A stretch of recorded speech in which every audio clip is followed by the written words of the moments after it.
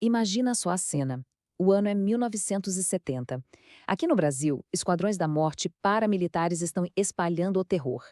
Enquanto isso, a milhares e milhares de quilômetros de distância, lá em Paris, uma pequena revista literária polonesa publica ensaios, poesia, como e por que esses dois mundos tão diferentes poderiam colidir da maneira mais bizarra e mortal que se pode imaginar.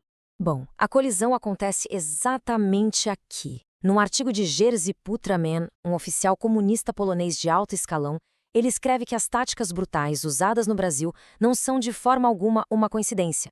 Na verdade, ele afirma que as experiências da Gestapo não foram em vão, aprendidas pelos defensores do capitalismo em nome da cultura parisiense.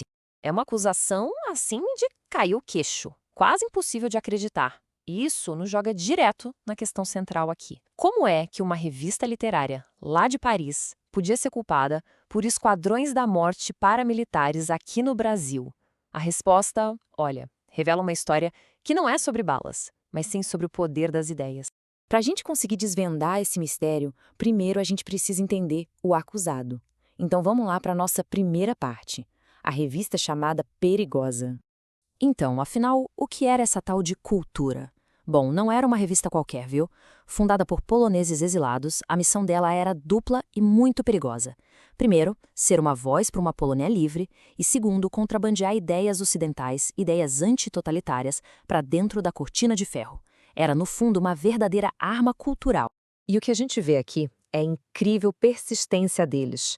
De 1947 até o ano 2000, são mais de 5 décadas e 637 edições. Começou em Roma, depois foi para Paris. A cultura não era um projetinho passageiro, não. Era uma instituição, um pilar de resistência intelectual que atravessou gerações. E quem é que estava por trás de tudo isso? A chamada Equipe da Cultura. O cérebro da operação era o editor Jerzy Gedroich, que era até conhecido como o Príncipe de Lafitte. Ele e a equipe dele, com nomes como Józef Chapski e Zofia Herz, não eram só editores. Eles eram estrategistas culturais, com uma rede global de correspondentes que eles viam como soldados. E essa citação da biógrafa Magdalena Grochowska mostra direitinho como eles eram vistos. Giedroyc construiu seu próprio exército. Ele tem soldados na Guatemala, na Argentina, Inglaterra e também na República Popular da Polônia. Ou seja, para o governo comunista, aquilo ali não era uma revista, era um exército de intelectuais. Agora, a gente viaja milhares de quilômetros para o sul, direto para o cenário do suposto crime. Vamos para a nossa segunda parte, o silêncio no Brasil. Para os soldados poloneses do pós-guerra que buscavam um novo começo, o Brasil parecia um sonho. Só que a realidade foi bem diferente. O sonho de uma vida nova deu de cara com a dificuldade para conseguir residência permanente. A esperança de usar suas habilidades profissionais esbarrou no fato de que os diplomas não eram reconhecidos. E a promessa de uma agricultura próspera muitas vezes virou um trabalho duro em terra e ferro. E não era pouca gente não. No final dos anos 50, a gente está falando de cerca de 600 mil imigrantes poloneses e seus descendentes no Brasil. 600 mil, um número enorme. Mas mesmo com tanta gente, eles se sentiam invisíveis, desconectados tanto do Brasil quanto do resto do mundo polonês. E esse sentimento todo está resumido nessa pergunta doída do ensaísta Jan Wojcik lá em 1958. A dor essencial dos círculos poloneses no Brasil é a grande ignorância sobre sua existência. Quem quebrará o silêncio? Era, na prática, um pedido de socorro de uma comunidade que se sentia completamente esquecida. Então, quem respondeu a esse chamado? Como é que essa comunidade silenciosa finalmente encontrou uma voz? A resposta, por incrível que pareça, veio do outro lado do oceano. Em 1953, uma carta de um certo Jerzy Rozporowski, direto do Rio de Janeiro, chega na redação da Cultura. Nela, ele escreve sobre como aquela ideia de que o exílio era só um período de transição tinha se mostrado uma ilusão. O exílio era permanente.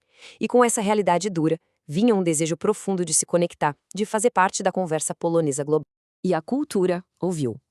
Depois que a revista publicou uma longa reportagem sobre a comunidade brasileira, a resposta foi de um alívio que a gente quase consegue sentir. O padre Wojciech Sojka escreveu lá de Curitiba: "Finalmente fomos descobertos pela imprensa polonesa." Pensa só na emoção por trás dessas palavras. Ser visto, ser ouvido, finalmente. A revista se tornou a ponte que eles precisavam. A seção em Crônicas virou uma plataforma para escritores da diáspora brasileira compartilharem suas vidas, suas lutas, suas esperanças com outros poloneses espalhados pelo mundo. A cultura não era mais só uma revista, era uma linha de vida que quebrou aquele silêncio todo. O que nos traz de volta ao nosso mistério inicial. Se a cultura estava, na verdade, unindo uma comunidade esquecida com palavras de esperança, de onde, pelo amor de Deus, veio essa acusação de envolvimento com esquadrões da morte? Vamos ao nosso veredito. E aqui está o ponto central da história toda. O regime comunista polonês não tinha medo da violência da cultura. Eles tinham medo das ideias dela. A verdadeira ameaça era outra.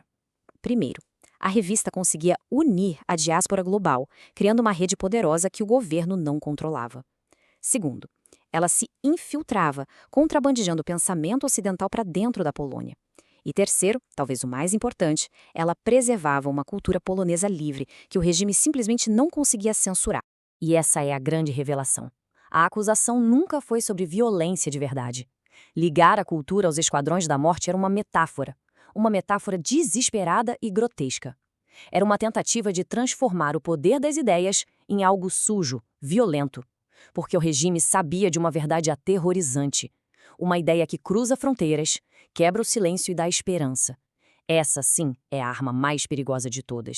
E isso tudo deixa a gente com uma última reflexão. A história da cultura e do Brasil faz a gente se perguntar: o que acontece quando uma história, contrabandeada através de um oceano, se prova mais poderosa do que o silêncio imposto por um governo?